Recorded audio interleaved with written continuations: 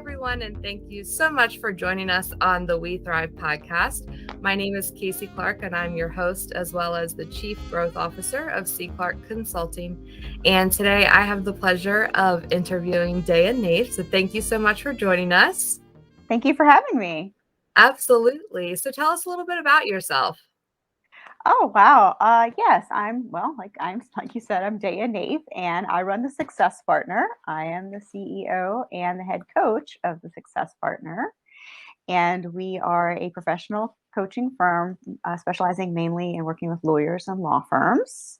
So I'm what they call a recovering lawyer. I practiced law for 16 years and switched over into professional coaching in 2018. So actually in 2 days, it'll be my 4-year anniversary.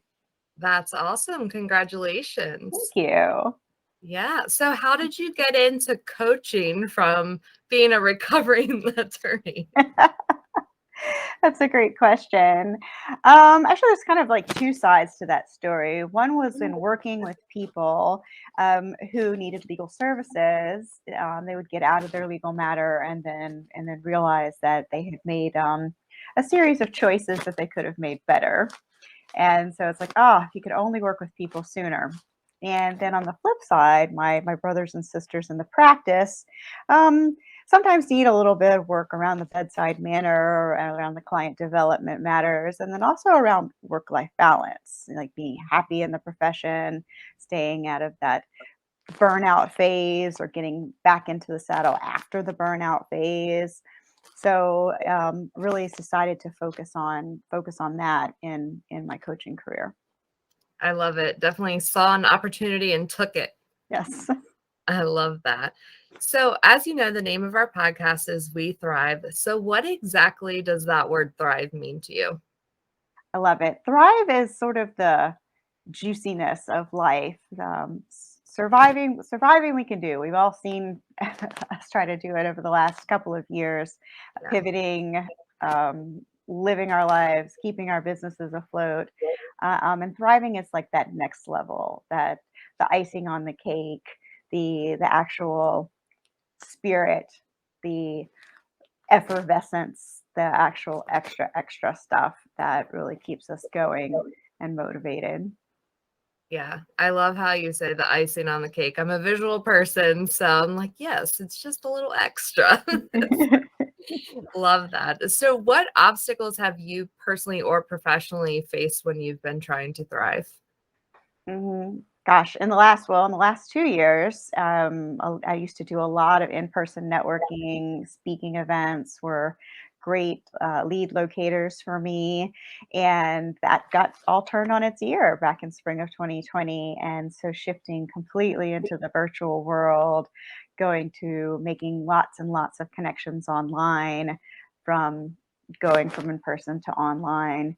And it's just first of all, I was doing way too much, and then I was doing too little. So striking that Goldilocks balance into how much time to spend online talking to people, how much time spending in the me time and getting outdoors and getting sunshine, and then back with the follow through and the follow up, and then the real life stuff. So yes, finding that balance.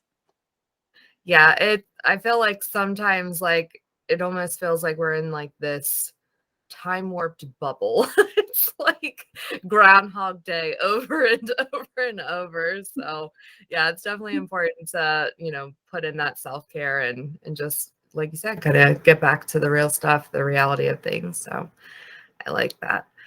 Awesome. So, with the past 4 years that you've been in practice, what are some of the biggest resources that you've used?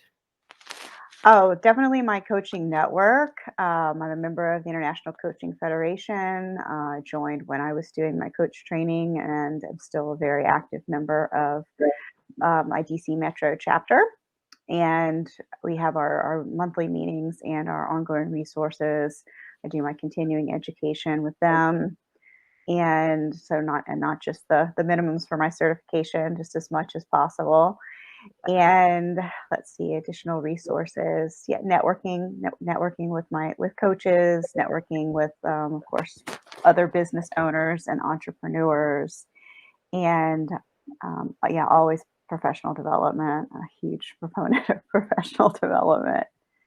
Yeah. So speaking of professional development, I'd love for you to take a moment and actually talk about what it takes to be a part of the International Coaching Federation and like how that certification looks. Cause I feel like so many people just don't understand exactly how intense that can be with the hours that are required. Oh, absolutely, absolutely. So, in order to be an associate certified coach, you have to have completed, or the track that I know the best is the one that I did, was to go to an approved training program, which was started with 60 hours of training. My program actually had 214 hours of training, but the 60 is the minimum for this particular path. Then you have 200 hours of coaching, and then you submit a recorded call and a recorded transcript, which is reviewed by the ICF board, and then you apply for the associate certified coach. And Awesome. then you renew. When you renew, you can either renew at that level or you can go up a level. I'm shooting to go up a level prior to my renewal, which will be a professional certified coach. And it is quite a rigorous standard. Yes, it is. Yeah, definitely.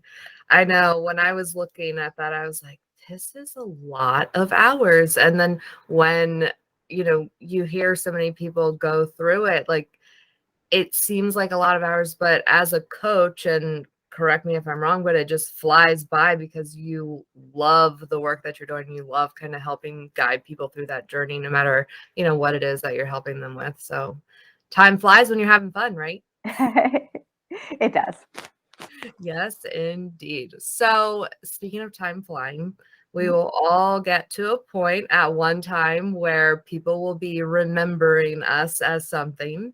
So, what kind of legacy do you want to leave, and what exactly does legacy mean to you?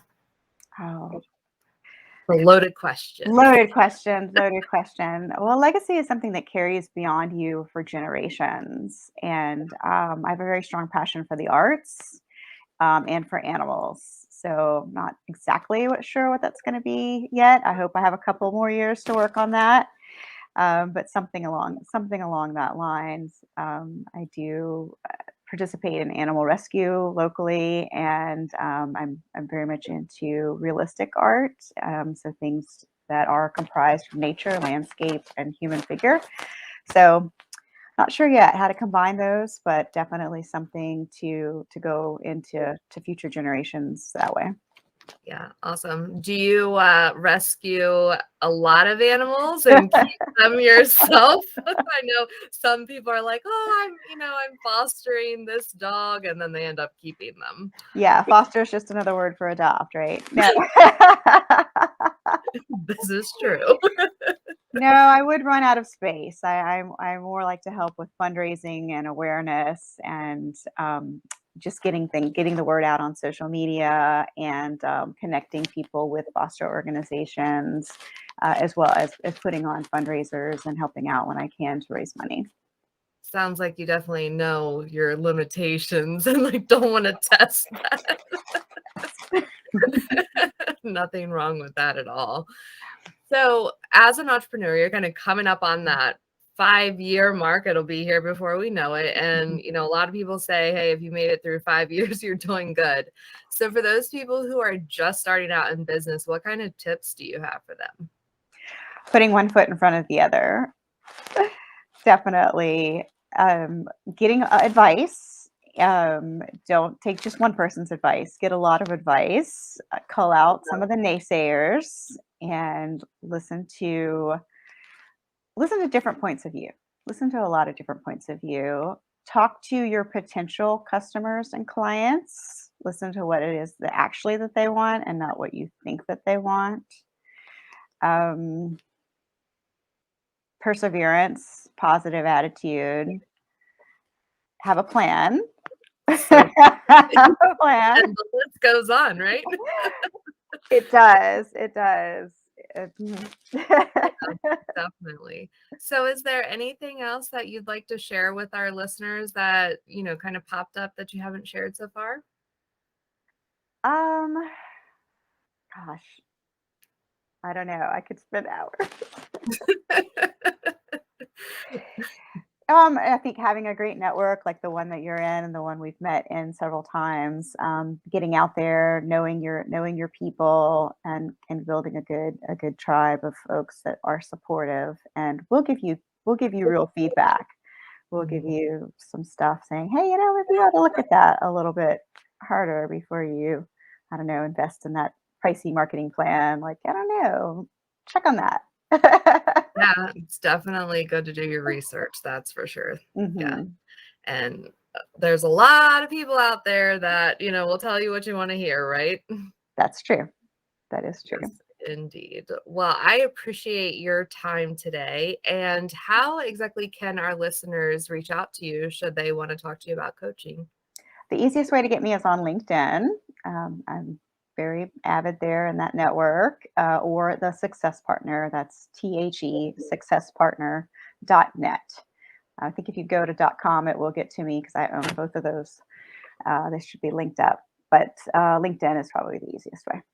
Okay, awesome. Well, again, I appreciate your time with us today. It's been a pleasure talking with you.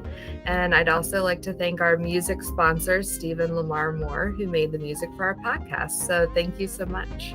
Thank you. You're welcome.